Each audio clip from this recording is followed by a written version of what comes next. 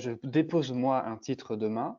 Qu'est-ce que ça veut dire faire des équivalences par rapport en fait à ce qui existe déjà? Ça veut dire avoir des accords en fait avec d'autres certifieurs, c'est-à-dire le bloc existe déjà, donc en fait je ne le mets pas, mais je dis qu'il est relié à ce titre-là. Ça veut dire qu'entre guillemets il y aura un travail de collaboration avec d'autres certificateurs qui vont exister, et c'est-à-dire, et donc ça veut dire aussi, si on va dire je tire la ficelle, que ça oblige les autres certificateurs à travailler avec les autres dans, entre guillemets, sous sanction d'être complètement retiré du RNCP. Est-ce que c'est ça en fait? Alors, on va dire que tout est en train de se mettre en ordre. Pourquoi? Parce que il y a deux choses en fait dans l'écriture, du moins dans l'identification des équivalences. C'est d'abord l'écriture, les niveaux, les types de métiers. Peut-être qu'on ne communique pas de la même manière quand on est dans l'industrie que quand on est dans les services. Donc, il y a déjà le sens de l'employabilité lié au bloc. C'est-à-dire qu'il ne s'agit pas tout d'un coup de dire, bah, tiens, mon bloc de communication, il est équivalent au titre de Sciences Po qui est ceci, cela. Non, il y a un véritable travail qui est un travail où la certification n'est pas simplement une finalité à l'information, c'est un vrai travail. La certification, c'est un process. Au même titre qu'on fait du process qualité, eh bien la certification, c'est un actif. D'ailleurs, quand on fait notre schéma, on dissocie l'actif de la certification, de l'actif de la préparation à la certification. D'ailleurs, c'est pour ça que vous avez des établissements qui préparent à une certification, qui font de la formation, et d'autres qui certifient. Donc, quand on fait de la certification, il y a un vrai job. Dans ce job-là, au niveau des équivalences, il va y avoir deux situations. Soit vous-même, vous décidez que votre bloc, il semble équivalent. Alors, il faut argumenter, parce que quand France Compétences vous le demande, il faut quand même expliquer pourquoi vous vous sentez équivalent de tel bloc. La réciprocité n'est pas obligatoire.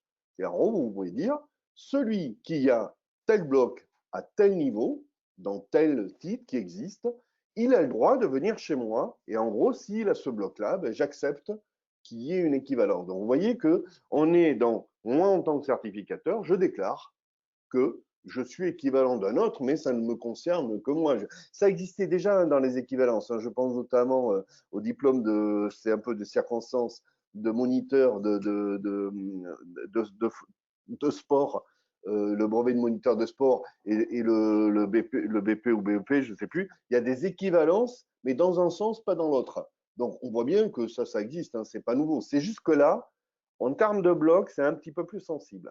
Donc, il se trouve qu'en effet, il est écrit quand même dans la loi que si on en a plusieurs qui commencent à dire qu'ils sont équivalents à ce même bloc et qu'on se retrouve avec plein de gens qui sont équivalents avec les mêmes blocs, France Compétences va réguler, c'est son job.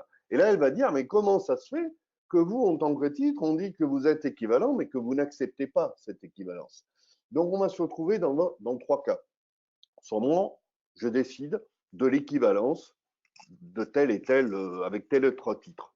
J'accepte que d'autres, s'ils ont fait ce titre-là, ben, ils ont mon bloc. Soit je m'entends, on va dire, avec un organisme et ensemble, alors on le fait déjà hein, entre nous, au sein d'une branche, on a déjà des équivalents. Ben, c'est pas nouveau ça. Hein, on travaille pour le FAFCA, dans lequel on a des CQP, sur lequel on a des équivalences de blocs. Hein, c'est pas, et donc, on travaille pour des groupes de formation qui ont beaucoup de certifications, où on les a incités à travailler sur des équivalences. Donc, il y a une véritable stratégie à ce niveau-là.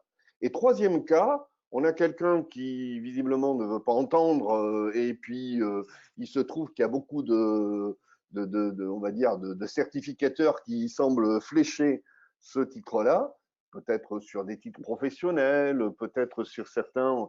Pareil, vous savez, il y a des fois, il y a beaucoup de titres très très approchants. Et nous, on est les premiers de dire, mais attendez, recommencez pas à inventer la poudre alors qu'elle est déjà existante. Hein.